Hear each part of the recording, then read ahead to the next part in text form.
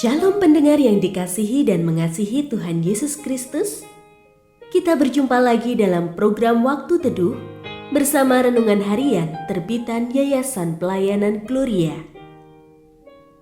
Mari kita siapkan hati untuk mendengarkan firman Tuhan. Izinkan Roh Allah memberikan kita hikmat agar kita dapat semakin mengenal, mengasihi, dan memuliakan Tuhan setiap hari.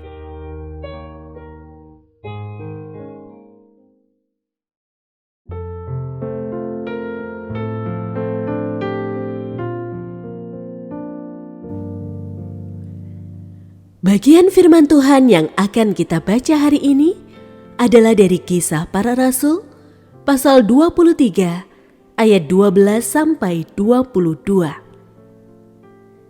Saya akan membacakan sebagian daripadanya.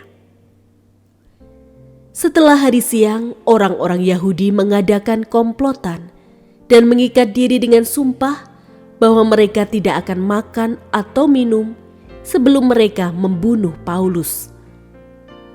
Jumlah mereka yang mengadakan komplotan itu lebih daripada 40 orang.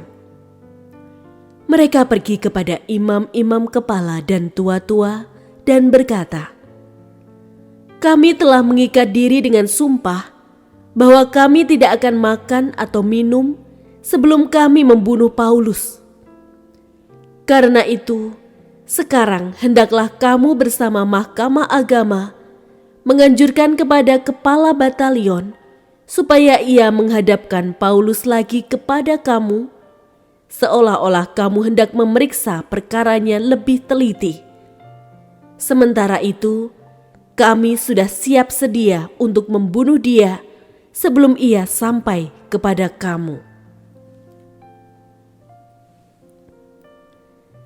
Pendengar yang mengasihi Tuhan, ayat yang kita renungkan secara khusus hari ini adalah dari Kisah Para Rasul pasal 23 ayat 16. Tetapi keponakan Paulus, anak dari saudaranya perempuan, mendengar tentang pengadangan itu. Ia datang ke markas dan masuk, lalu memberitahukan hal itu kepada Paulus.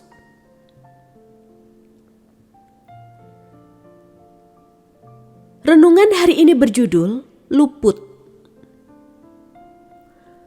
Luput berarti terlepas, tidak kena atau meleset. Sebagian diucapkan dengan kekecewaan karena sudah berusaha sedemikian rupa, tetapi tidak berhasil. Namun sebagian lagi merasakan kelegaan hati karena terhindar dari sesuatu yang tidak mengenakkan, seperti pada hari itu dialami oleh Paulus. Sejumlah orang Yahudi berkomplot dengan niatan untuk membunuh Paulus. Niatan sudah teguh karena disertai sumpah untuk tidak makan atau minum sebelum terlenyap nyawa Paulus. Selanjutnya, komplotan itu yang jumlahnya lebih dari 40 orang pergi kepada imam-imam kepala dan tua-tua. Mereka menjelaskan perihal niatan tersebut serta skenario untuk melaksanakannya. Keseluruhannya tampak sudah rapi. Rasanya Paulus pasti akan terbunuh.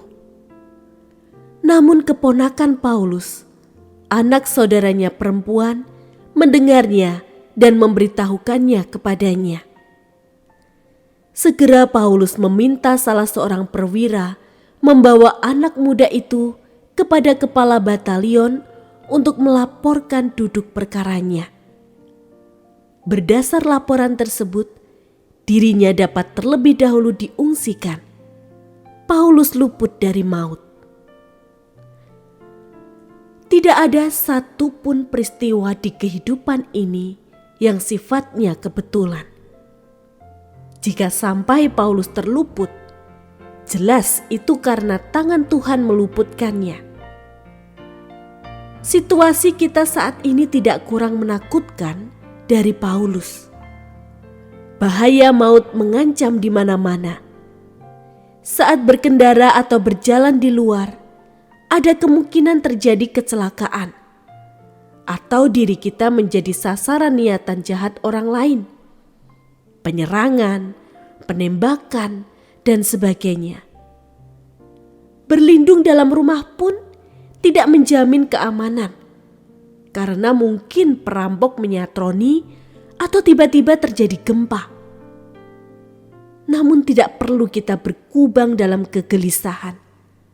Alasannya, tangan Tuhan masih senantiasa bekerja.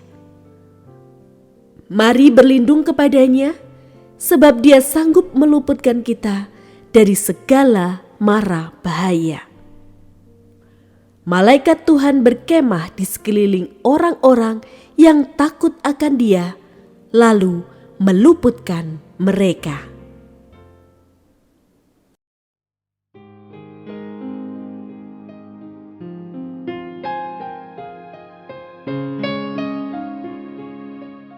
Pendengar yang mengasihi Tuhan, apakah Anda diberkati melalui renungan harian? Jadilah berkat dengan mendukung pelayanan kami. Dukungan Anda dapat disampaikan melalui rekening Bank BCA nomor 4565008880 atas nama Yayasan Pelayanan Gloria. Informasi lebih lanjut mengenai renungan harian dapat dilihat di situs web kami renunganharian.net. Tuhan Yesus memberkati dan menjadikan Anda berkat di hari istimewa ini. Shalom.